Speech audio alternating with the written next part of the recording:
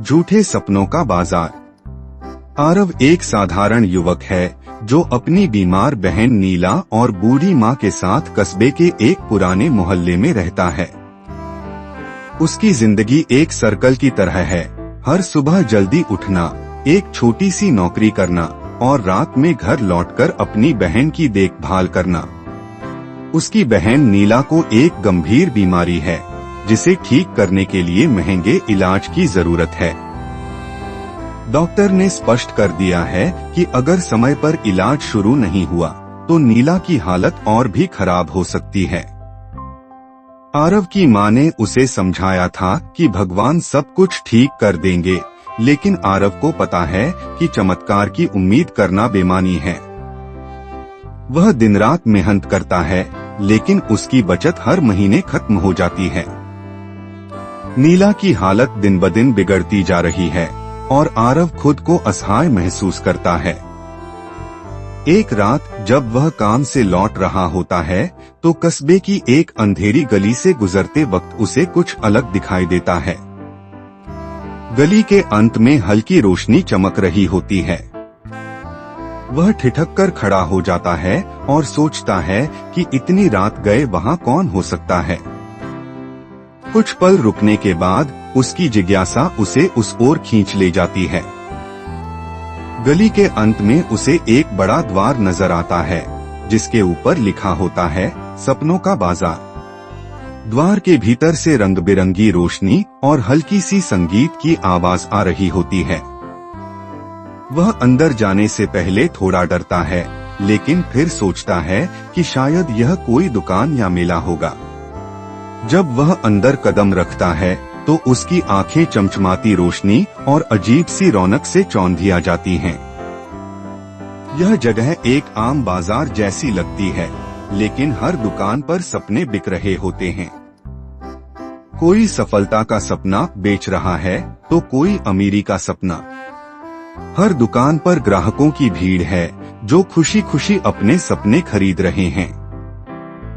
एक दुकान के बाहर उसे एक महिला दिखाई देती है।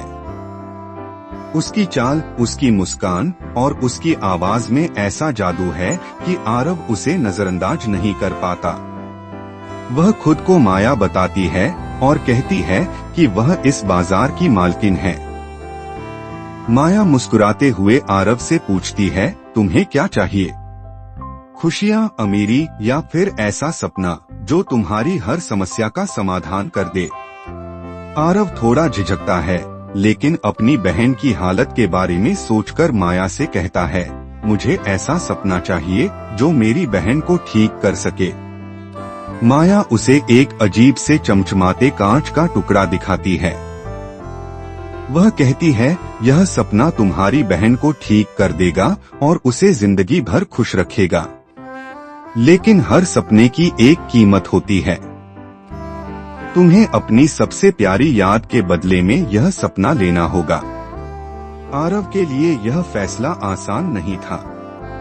उसकी सबसे प्यारी याद उसके बचपन की थी, जब वह अपने पिता के साथ नदी किनारे खेला करता था। लेकिन अपनी बहन की खुशी के लिए उसने वह याद छोड़ दी। माया ने मुस्कुराते हुए उसे सपना सौंप दिया। घर लौटकर उसने अपनी बहन को सपना दिया। नीला बेहद खुश हुई। वह पहली बार खिलखिलाकर हंसी। आरव ने राहत की सांस ली। उसे लगा उसने सही फैसला लिया। लेकिन कुछ दिनों बाद चीजें बदलने लगी। नीला अब हर वक्त उस सपने में खोई रहती। वह असल जिंदगी की चीजों में दिलचस्पी लेना बंद कर देती। आरव ने भी महसूस किया कि वह अपनी बचपन की याद को पूरी तरह भूल चुका है। आरव एक रात फिर सपनों के बाजार लौटा। उसने माया से सच जानने की कोशिश की। माया ने हंसते हुए कहा, यह बाजार लोगों को उनकी इच्छाएं देता है, लेकिन बदले में उनकी वास्तविकता छीन लेता है। यहाँ जो भी आता है वह अपनी जिंदगी को धीरे धीरे खो देता है। आरव को यह सब सुनकर गुस्सा आया। उसने माया से बहस की, लेकिन माया ने उसे चुप रहने की चेतावनी दी। उसने कहा, अगर तुमने बाजार के काम में दखल देने की कोशिश की तो मैं तुम्हारी बहन का सपना हमेशा के लिए छीन लूंगी। आरव ने हार मानने से इनकार कर दिया।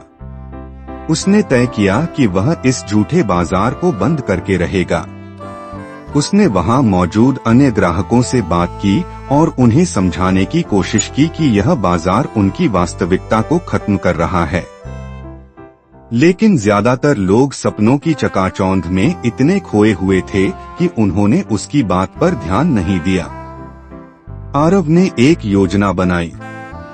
उसने माया से सबसे बड़ा सपना मांगा। वह जानता था कि ऐसा करने के लिए उसे अपनी आत्मा तक का सौदा करना पड़ सकता है।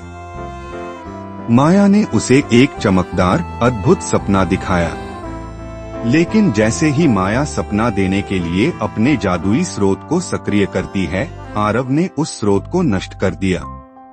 स्रोत नष्ट होते ही पूरा बाजार बिखरने लगा।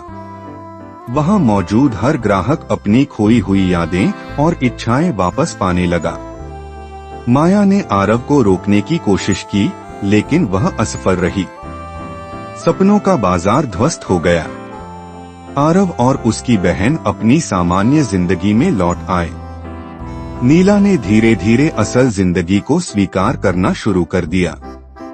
हालांकि आरव ने अपनी कुछ यादें खो दी थीं, लेकिन उसने अपने परिवार और कस्बे के लोगों को एक बड़े धोखे से बचा लिया।